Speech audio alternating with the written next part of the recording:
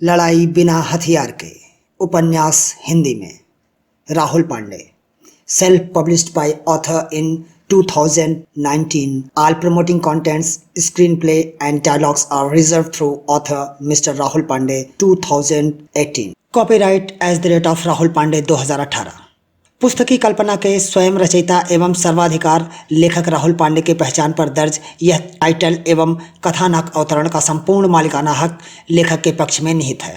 इसकी नकल बनाना या फिर किसी भांति रूपांतरण अथवा ऑडियो वीडियो या रंगमंची रूपांतरण या कंटेंट से सिमिलर बनाकर व्यापार करना भारतीय कॉपीराइट एक्ट 1957 के अंतर्गत और संयुक्त राज्य अमेरिका कॉपीराइट एक्ट 1976 के मानक दंड के अनुसार दंडित किया जा सकता है।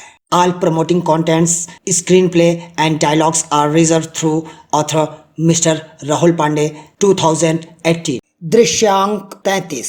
मौत की नींद छू कर उठे मिस्टर शॉन वेयर हाउस में अपनी कुर्सी पर बैठे हुए किसी से बात कर रहे थे, जबकि मोर्टिस लिम के द्वारा भेजे गए आदमी जो मिस्टर टीन के इस मिशन में उनका साथ दे रहे थे, वे सभी उस प्लेन में अपनी तैयारी में लगे हुए थे। वे उस प्लेन में अपना सेटअप बैठा रहे थे, जबकि मिस्टर शॉन ने आखिरी में यह कहते हुए फोन काट दिया कि अभी बहुत लंबी बात होनी है हमारे और आपके बीच, आप मेरी दूसरी कॉल का इंतजार करें। इतना कहकर उन्होंने फोन काटते हुए पुनः रौनित के पास फोन लगा दिया और जैसे ही रौनित ने फोन उठाया ही था कि मिस्टर शॉन ने तुरंत कहा, रौनित तुम रसिया पहुंचे कि नहीं, तैयारी कैसी चल रही है। शॉन के इतना कुछ पूछते ही रौनित ने कहा, मुझे यहाँ आपके द्वारा भेजे गए आदमी मिल गए हैं और हमारी तैयारी भी लगभग पूरी हो चुकी है, बस यूं समझिए कि हम आपके इशारे की प्रतीक्षा में ही बैठे हैं। रौनित का जवाब सुनते ही मिस्टर शॉन ने फौरन कहा, इधर भी सब कुछ अपने अंतिम चरण पर है, बच्चे काम पर लगे हुए हैं। इतना कहते हुए उन्होंने अपनी नजर उस ओर घुमाई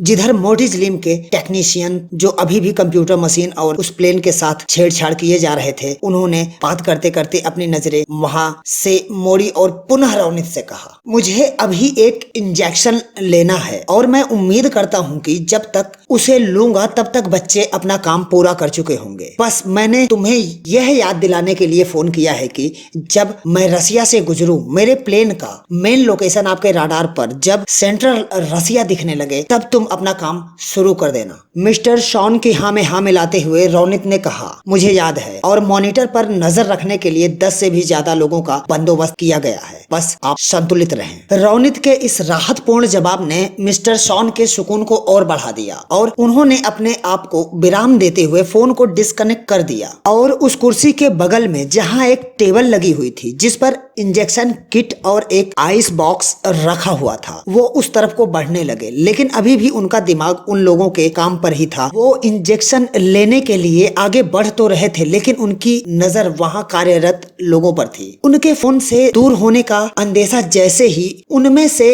एक को हुआ, फिर उनमें से किसी ने कहा, रिक तूने ईंधन तो चेक किया ना? उधर से आवाज आई, सब झकास है बॉस, हमारे पास मौजूद सभी संसाधनों से 270 घंटे का सफर तय किया जा सकता है, जो दुनिया की सबसे ज्यादा देर तक चलने वाली प्लेन होगी। यह इतिहास में दर्ज स्वयं के अपने ही एक कारवां के नाम से जाना जाएगा। उसकी तारीफ सुनते ही दोबारा उसी टेक्नीशियन ने उसके बेहतरीन मॉडल को देखते और जायजा लेते हुए उसने कहा, ठीक ही कहते हो रिक, ये 2027 की सबसे उम्दा मॉडलों में से एक है। जब तक उन दोनों की बातें खत्म होती तब तक मिस्टर डीन उस टेबल तक पहुंच चुके थे। उन्होंने उस आइस बॉक्स से, जो कि मेटल से निर्मित अत्याधुनिक ताबूत की तरह था, उन्होंने उस बॉक्स में ज्यों ही अपना कोड डाला वो तुरंत खुल गया, जिसमें से उन्होंने न्यूरॉन का एक इंसुलिन निकाला जिस पर लिखा था 57 डोज ऑफ नंबर, जिसे उन्होंने झटके से अपने सीने में चुभा लिया और जैसे ही उन्होंने अपने अंदर पूरा इंसुलिन इंजेक्ट किया, लगभग 30 मिनट के लिए वो धीरे धीरे बेहोश से होते चले गए, जैसे वो सांस ही ना ले पा रहे हों। करीब 30 मिनट हो चुके थे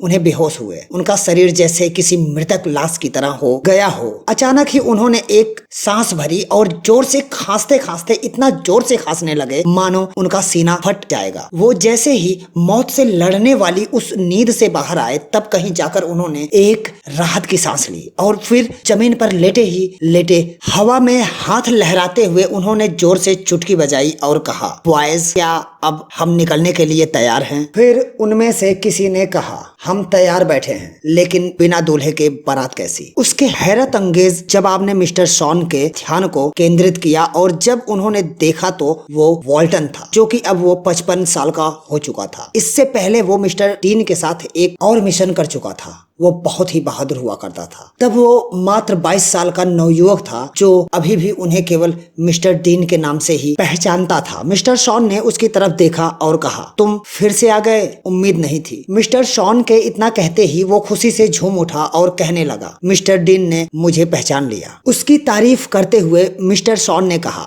वाल्टन, तुम प्लेन अच्छा उड़ा लेते हो। वैसे इस प्लेन के साथ तुम्हारा एक्सपीरियंस कैसा रहेगा मुझे नहीं पता। जवाब ने वाल्टन ने कहा, घबराइए नहीं, जापान में मुझे इस टेक्नोलॉजी पर 6 महीने तक ट्रेंड किया गया है। उसका जवाब सुनते ही मिस्टर शॉन ने कहा, चलो तो फिर खेल शुरू करते हैं। इतना कहते हुए वो झटके से जमीन से उठे और प्लेन में लोगों के साथ अंदर चले गए और जैसे ही उन्होंने प्लेन के अंदर एक शानदार सोफे पर थोड़ा आराम फरमाने की कोशिश की, तभी उनका प्लेन टेक ऑफ कर गया।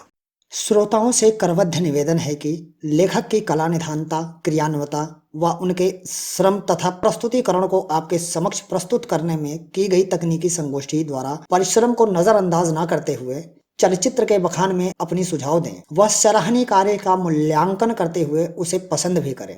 उसी क्रम में सूचकांक के चिन्हित बटन को भी दबाएं। परिणामतः लेखक की प्रत्येक रचना समय दर समय क्रमबद्ध, सुव्यवस्थित एवं तार्किक ढंग से श्रोताओं तक पहुंचती रहेगी। अपनी उदारता दिखाएं। धन्यवाद।